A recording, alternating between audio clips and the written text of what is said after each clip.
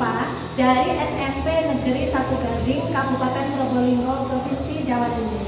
Saya adalah peserta BIMTEK Kalak UPI gelombang 35 dengan nomor peserta 35012. Nah, video ini merupakan salah satu tugas dari BIMTEK Kalak UPI, yaitu tugas membuat praktikum berbahan kimia dapur lokal. Berikut ini saya akan melakukan beberapa percobaan. Yuk kita simak percobaan-percobaan saya. Kita akan masuk percobaan yang pertama, yaitu percobaan untuk membuktikan apakah benar CO2 atau karbon dioksida itu dapat memadamkan api dan O2 atau oksigen dapat menyalakan api. Nah, bahan dan alat yang kita butuhkan, yang pertama ada lampu Erlenmeyer, kemudian bisa pakai cawan Petri sebagai penutupnya nanti. Terus kita membutuhkan pemanas spiritus beserta koreknya. Kemudian tusuk sate atau bisa pakai stik es krim. Untuk bahannya kita memerlukan asam cuka, kemudian soda kue, ada kalium permanganat atau nama dagangnya adalah PK, bisa didapat di apotek, biasa dipakai untuk obat korek atau potasium permanganat. Dan berikutnya adalah vanis, sabun cuci vanis. Di dalam vanis ini mengandung H2O2 atau hidrogen peroksida.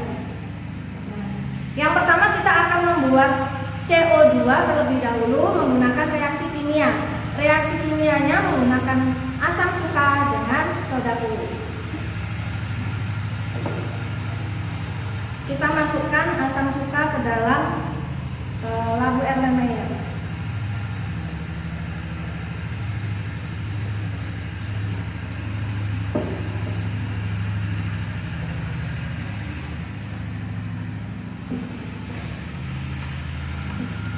Dan kita masukkan soda kue.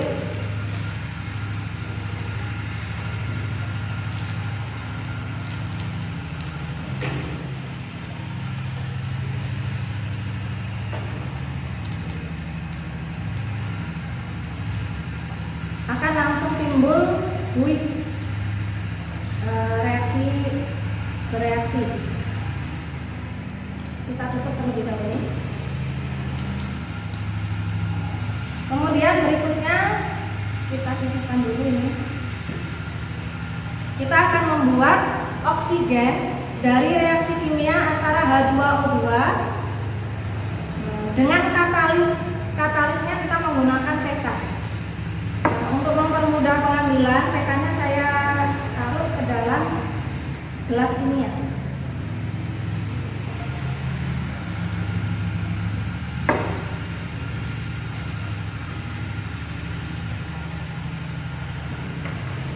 Yang pertama kita tuang dulu vanis ke dalam lampu Erlenmeyer.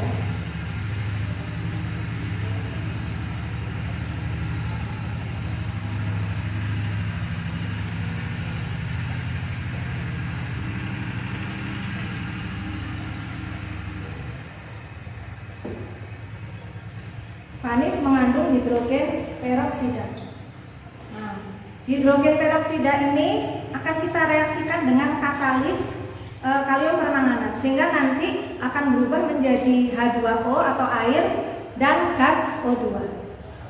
Jadi gas yang terbentuk adalah gas O2.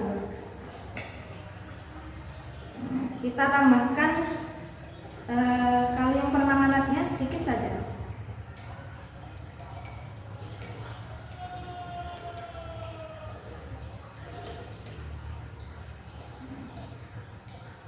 Timbul reaksi juga. Kita tunggu sampai fluidnya agak banyak. Kemudian bisa kita tutup juga.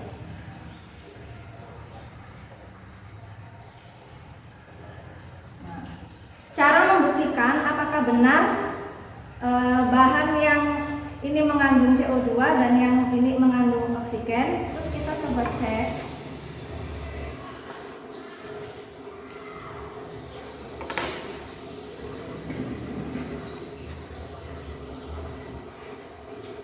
menggunakan tusuk sate.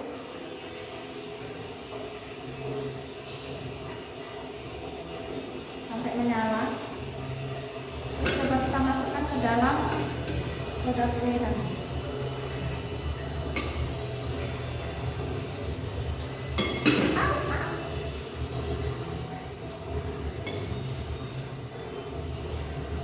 Ini ada api, langsung mati. Bismillah, kita coba ya.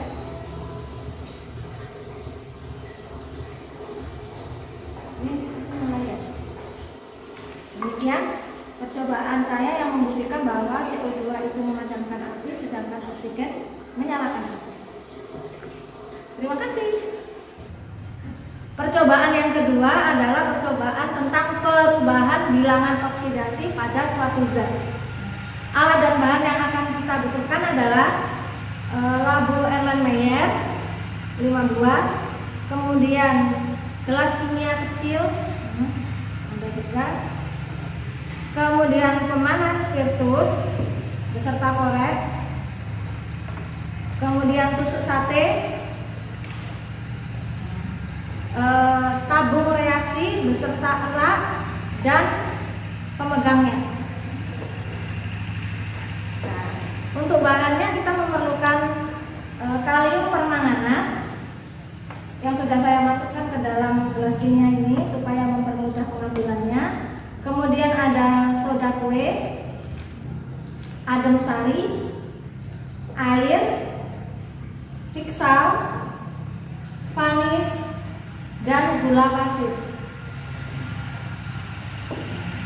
Langkah yang pertama, kita akan memanaskan kalium permanganat terlebih dahulu. Nah, kalium permanganat ini sebelum dipanaskan kalium permanganat ini akan saya coba dulu untuk memasukkan ke dalam air. Jadi kita masukkan air biasa.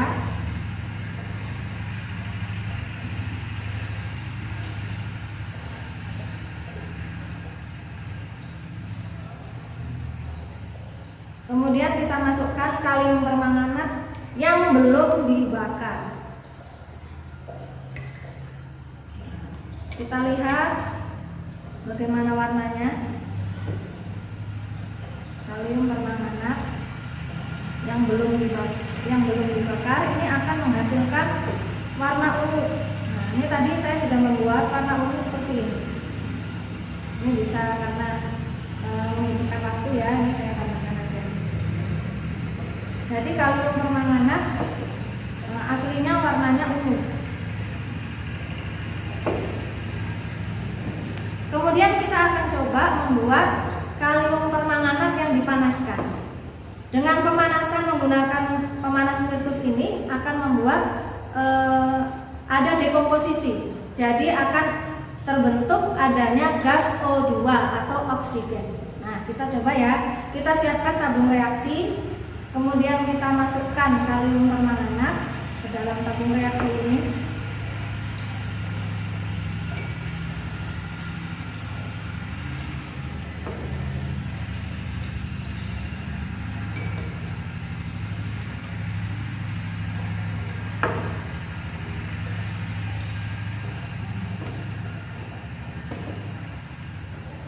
Kita pakai pemegang ya supaya tidak panas. Kita siapkan pemanas spiritus. Kemudian kita panaskan kalium permanganat ini pada pemanas spiritus di ujung api saja sampai ada bunyi kletek-kletek. Kita panaskan.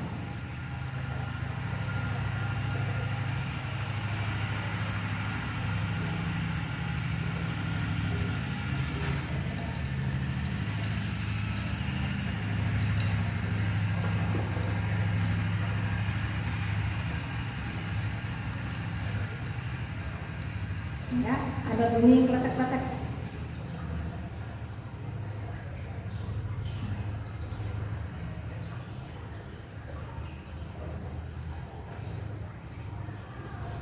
Dan menghitam.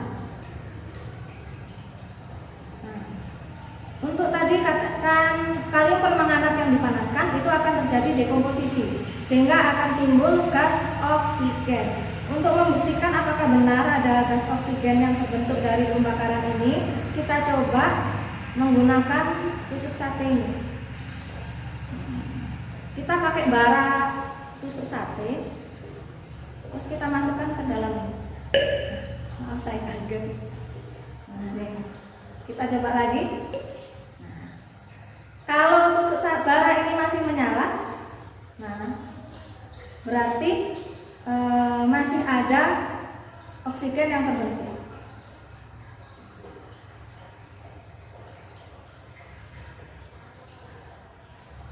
Kalau bara ini sudah tidak menyala, sudah menghitam semua, berarti kandungan oksigennya sudah habis.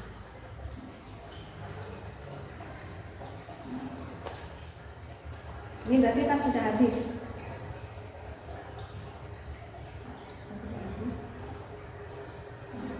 Sudah tidak menyala, berarti kandungan oksigennya sudah habis. Kita matikan. Nah, hasil dari pembakaran kalium permanganat kita taruh di wadah dulu.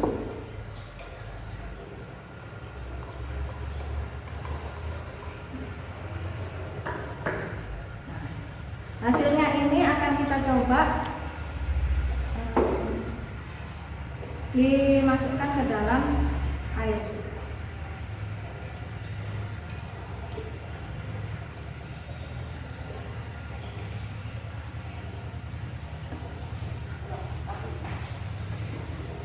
Kita cek warnanya.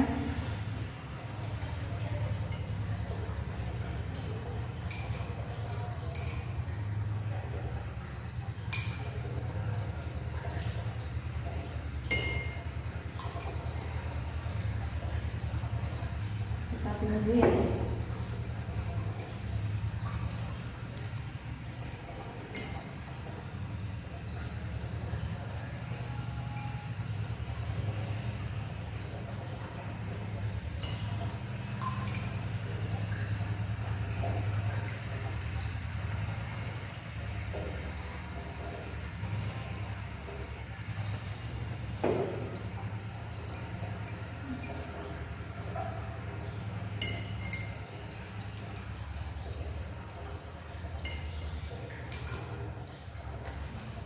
Warnanya menjadi memudar.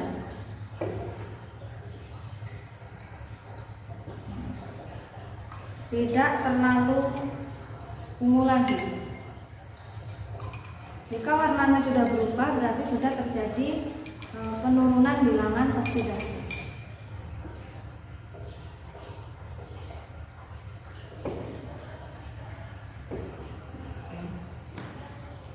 Kita akan coba bagaimana jika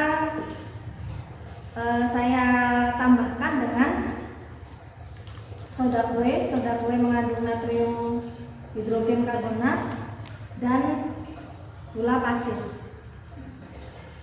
Kita akan membuat terlebih dahulu larutan gula pasir.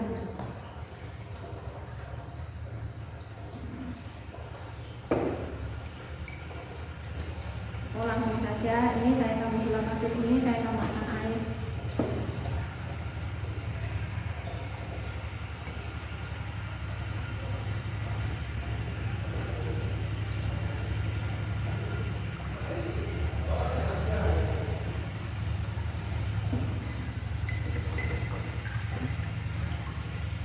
Kita aduk gula pasirnya.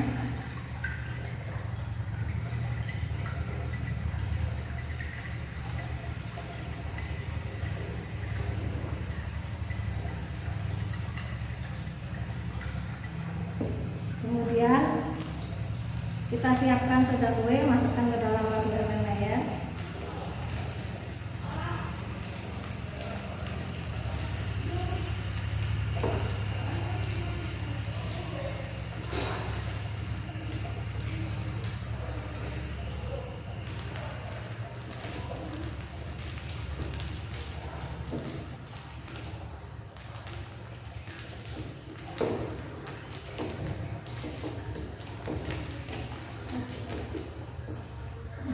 Itu kita tambahkan ini sedikit ya, kita bagi dua kalium permanganat ini.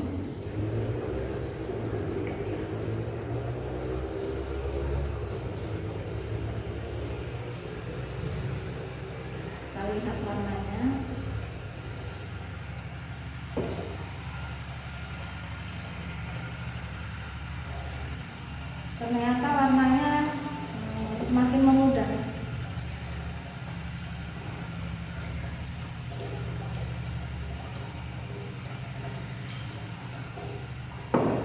Kemudian kita tambahkan larutan gula tadi dan kita amati warna yang terjadi.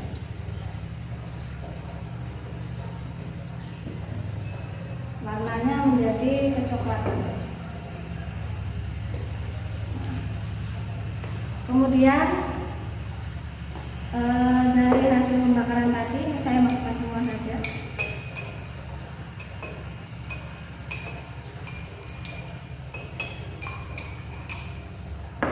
Saya siapkan bahan lagi. Jika ingin dicampur dengan yang masih asli juga tidak apa-apa. Kita coba aja yang masih asli ini ya, supaya perbedaan warnanya jelas.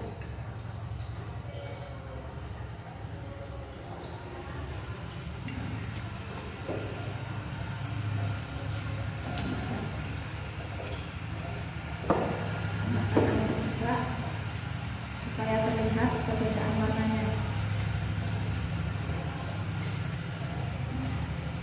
Bagaimana jika larutan ini kita tambahkan dengan adem sari? Kita masukkan adem sari.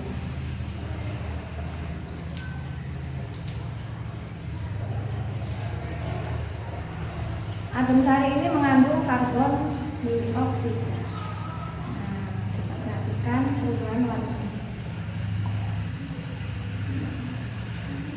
Ternyata warnanya menjadi putih.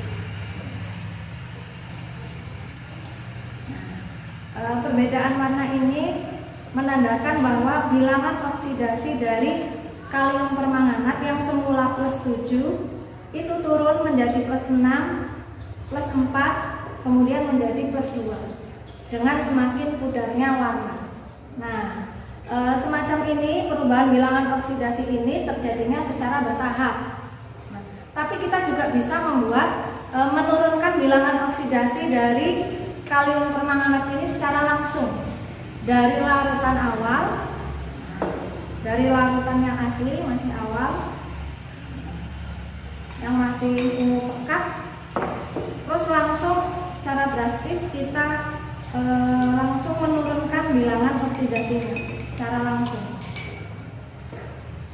Nah, kita buat lagi yang larutan kalium permanganat yang masih asli, belum dibakar maksudnya.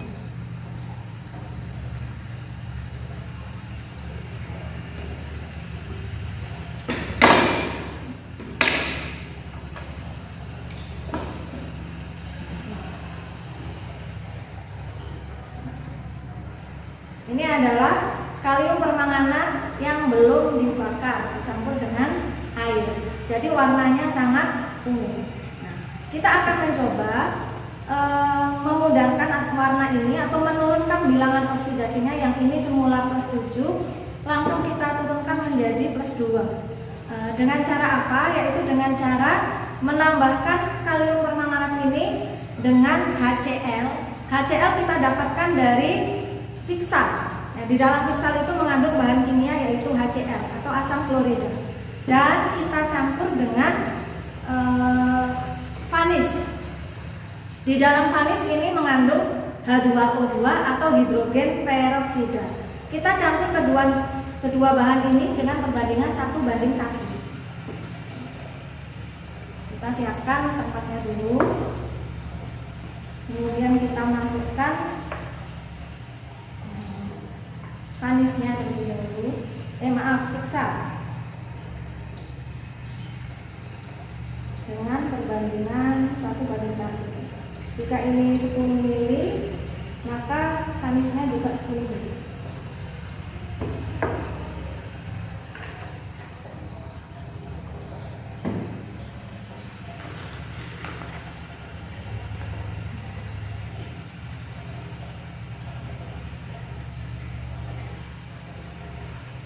Jadi Jadi di sini ada campuran antara HCl dengan H2O2 atau asam klorida dengan hidrogen peroksida. Nah, kemudian nanti ini akan kita masukkan ke dalam larutan kalium permanganat yang bilangan oksidasinya masih +7 dengan warna ungu yang pekat. Nah ini ya, kita masukkan, terus diperhatikan perubahan warnanya. Kita akan menurunkan bilangan oksidasi +7 ini langsung diturunkan menjadi +2. Nah, bismillah, langsung kita tambahkan.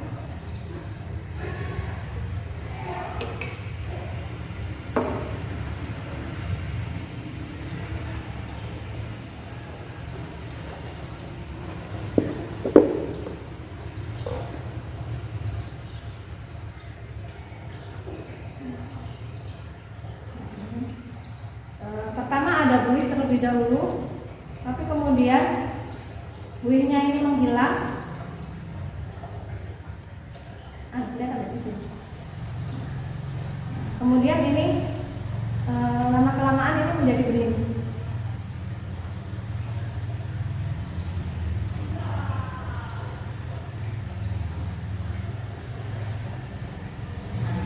Ini tandanya bahwa bilangan oksidasinya langsung turun.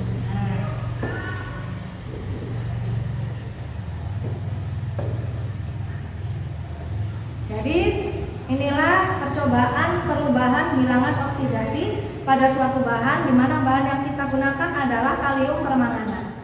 Mulai dari +7, +6, +4, dan +2. Nah, kalau yang ini dilakukan secara bertahap, kalau yang ini tadi langsung dengan menggunakan campuran piksal dan panis. Demikian percobaan penurunan bilangan oksidasi pada suatu zat. Terima kasih. Percobaan yang ketiga adalah percobaan untuk membuktikan efek pembakaran kalor dari reaksi redoks. Yang kita butuhkan alat bahannya yaitu gelas kimia, kemudian tumpang dan alu ini. Bahan-bahannya yang kita butuhkan adalah karbit.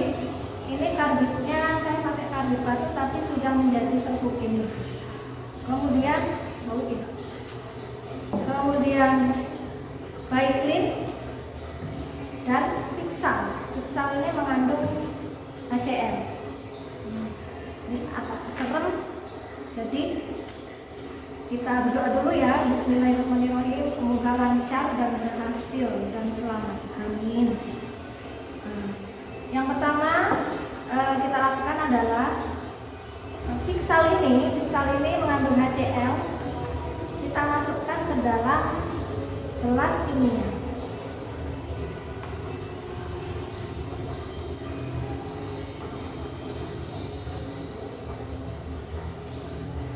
Sekali ya.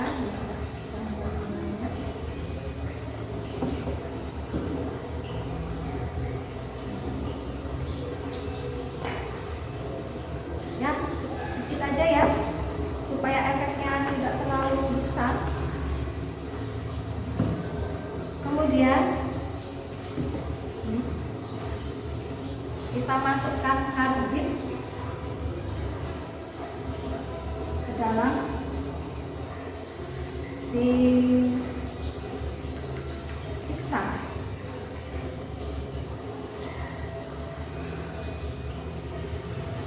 Sampai timbul buih berwarna putih.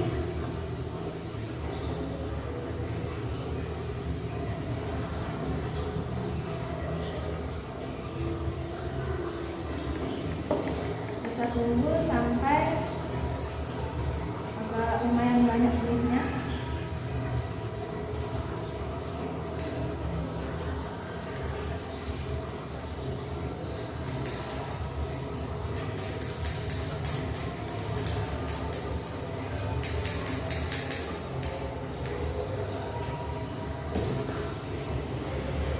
Kemudian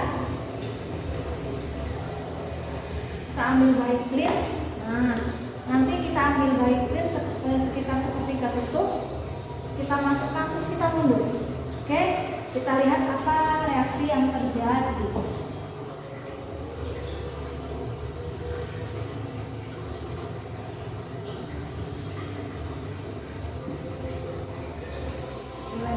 Kita masukkan ya, bismillah. Lihat apa yang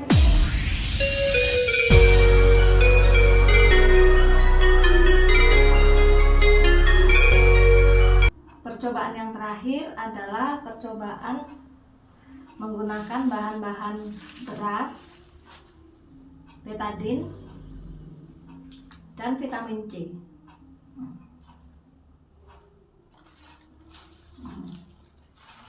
Pertama, kita masukkan beras ke dalam gelas ini.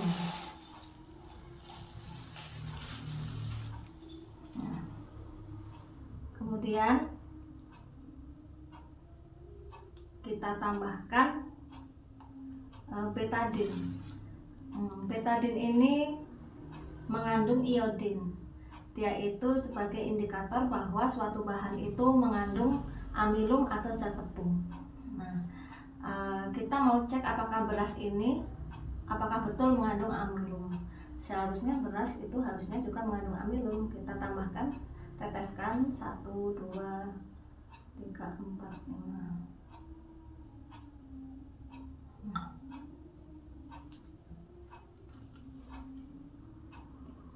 Kemudian beras yang semula berwarna putih kita aduk.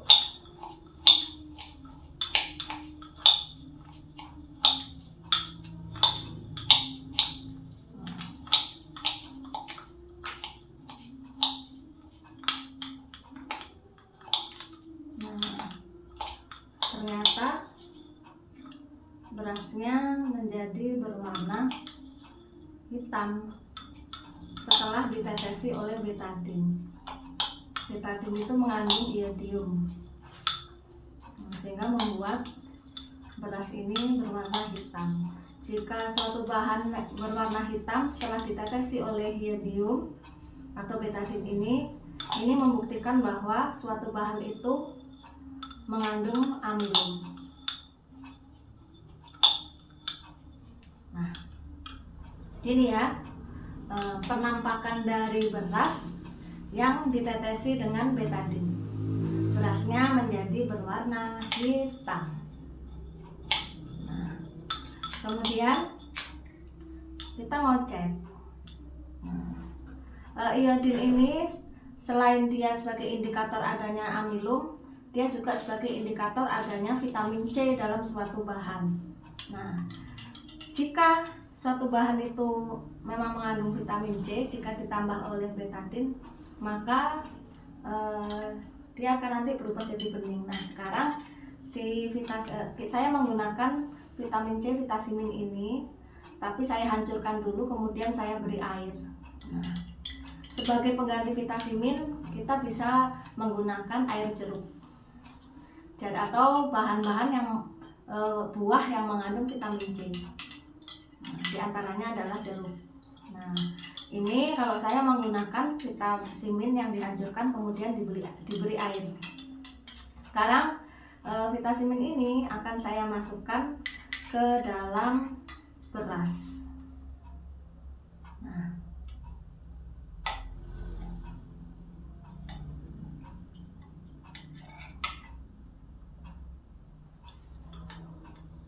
terus saya aduk lagi. Apa yang terjadi? Ternyata beras yang semula berwarna hitam setelah diberi vitamin C langsung kembali putih. Nah, ini ya. Jadi beras yang semula hitam langsung kembali menjadi putih. Nah, demikian percobaan saya tentang kandungan iodin dalam betadin. Terima kasih, sampai jumpa lagi ya. Wassalamualaikum warahmatullahi wabarakatuh. Sore hari berwarna biru, seluruh hati